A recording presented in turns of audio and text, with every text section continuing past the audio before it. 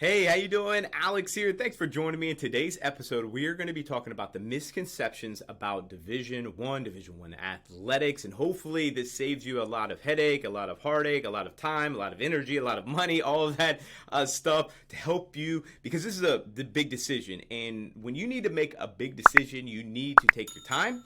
You need to do your homework. That is really big. You need to ask the right questions, because this is, if you're an athlete watching this, or you're a father or a mother of a son or a daughter going through this process and you're guiding them and directing this, you need to make sure you're positioning yourself and, again, asking the right questions to see if this is a good fit. Anytime we're making a big decision, we need to do our homework, okay? So what are some of these misconceptions about Division 1? One is that only Division 1 or Power 5 schools gives great opportunities or great experiences, and that is not the case at all. Now, do they? For some people, absolutely. I'm a product of one. I had an amazing experience at my school. I'll tell you a little bit about that here in a minute.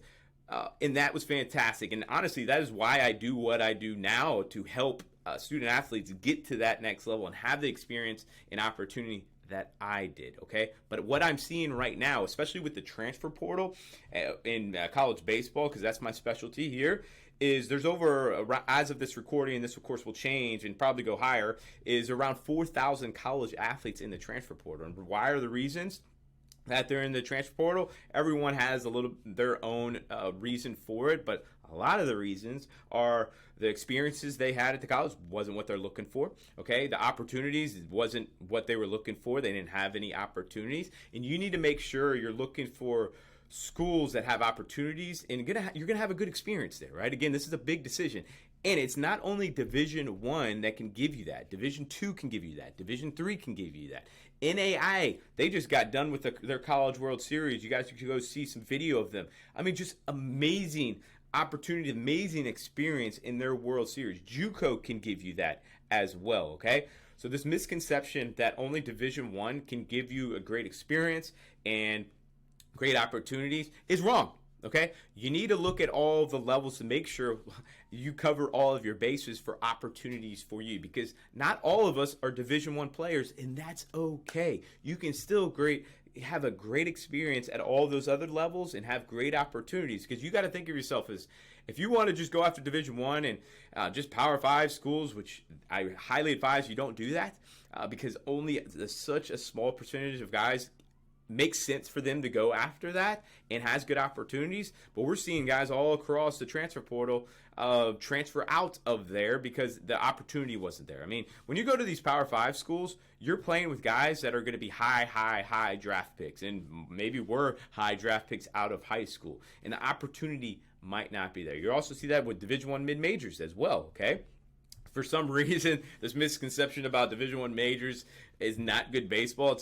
It's any level. If you make it to college, it's good baseball. Okay, it is good. It's a lot better baseball than you're playing in high school, and frankly, you're playing on your travel team. It is a lot better baseball. Okay, so I want to kind of cover that and go over that misconception and ask you a question. You guys ask yourself this: what type of experience do you want in college? As an athlete, but also as a student and as a student athlete, socially, what are you looking for? Are you looking for opportunities to play? I advise that you look for opportunities to play that fit you. Look for schools that fit you athletically. What type of athletic standards are they looking for? Do you fit those athletic standards? Okay? Some of these athletic standards for Vanderbilt. Most of us, I didn't, okay? I'm a product of a Division 1 school.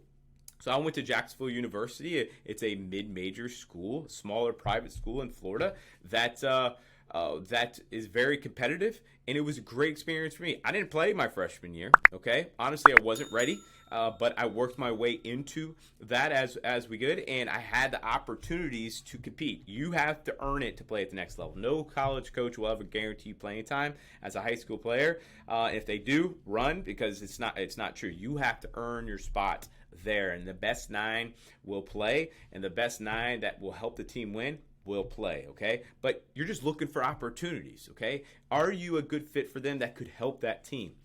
Because if you can play, then you can develop. Look for places where you can develop. Look at the school's track record as we go through this process. If you can do that, That is really big. I mentioned this, but looking at the athletic standards of, hey, look at all the levels. Look for the Power Fives, to the mid majors, to the D2s, D3s, NAIA, and JUCO. Listen to these coaches, okay? A lot of these coaches talk and express what they're looking for as we go through this. I talk about it all the time of what these coaches are looking for and making sure it's a good fit for you, because it would be like some players do this. Go after schools that's just not a fit for you. Like, I wasn't a Harvard student. I just wasn't, okay? I wasn't going to get into Harvard. But it would be like me trying to get into Harvard where I had a 3.6 GPA. That's fine, but I didn't test well. I wasn't a good test taker. But it would be like me trying to get into Harvard and expecting myself to get into Harvard where I wasn't even close to the standards, okay? So we need, and I found a good fit in another school, and it was the best experience of my life, okay? So making sure you're doing the homework, looking at the track record of the school, looking at the track record of the players, how many people are transferring out, what's the freshman retention rate. That's really, really important in going through this process. And ask yourself, what type of experience do you want? Because again, you're going to have an opportunity to have great experiences at all the levels. And what are those experiences? One, it's your brotherhood, right? That you're going to have amongst your teammates that's going to last you a long lifetime. Of course, it's going to be your playing experience, but you're going to remember some of those, but you're going to remember more of the experiences that you had with your teammates, the bus rides, the championships. You're going to learn so much from life skills, leadership, teamwork, all of that. The network that you're going to build. And again, those experiences, you can get that at all the levels. Again, I just saw the NAIA World Series and those guys celebrating and all of that. They're going to remember that for the rest of their life, and they're going to remember the brotherhood and the friends that they made on those teams, and that's going to last a lifetime. So look for those experiences. It's not all about baseball, but when we are looking for baseball, look for opportunities to play and look for places where you can develop. Hopefully this helps you. Please comment down below. If you're watching this on YouTube or if you're on the podcast, reach out to me. Let me know what things that you want to learn more about in the recruiting process or about baseball, and I'll be happy to cover that. Thanks for watching and listening, and I'll see you in the next episode. Take care. Bye.